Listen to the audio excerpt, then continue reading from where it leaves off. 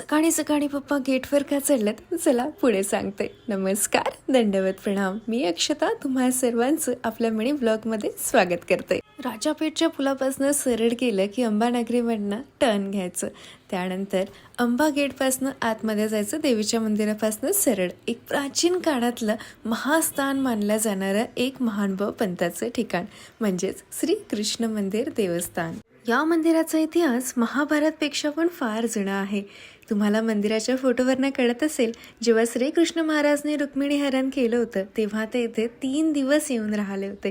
त्यामुळं महानुभाव पंथामधील एक महास्थान सुद्धा या मंदिराला मानलं जातं. इथे छान प्रकारे विडावसर केला आणि मूर्तीचे दर्शन घेतलेत. इथली मूर्ती म्हणजे फार सुंदर. एकदा बघितलं की बघावंसंच वाटतं आणि आपले अर्धे दुःख तर आपण मूर्तीच्या तोडांकडे बघूनच विसरून जातो. मंदिरच्या परिसरामधली दुसरं मंदिर, काळ्या पाषाणची मूर्ती, आणि याला चिंतामणी श्रीकृष्ण मंदिर असं सुद्धा बोललं जातं, कारण इथे श्रीकृष्ण महाराजांनी रुक्मिणीच्या सर्व चिंता दूर केलेल्या. त्यानंतर आम्ही देवमातावर छान प्रकारे नाश्ता केला आणि निघालो मूर्तीच्या पुढच्या रस्त्याने. घरी पोचल्यानंतर आमच्या पाडाला हरभरा खाऊनच पोट भरावं असं वाटत होतं, बट मी त्याच्यासाठी छान प्रकारे नाचणीचं सत्व बनवलं. हे नाचणीचं पीठ मी कुठून घेतलं हे मी पुढच्या व्हिडिओजमध्ये सांगेलच.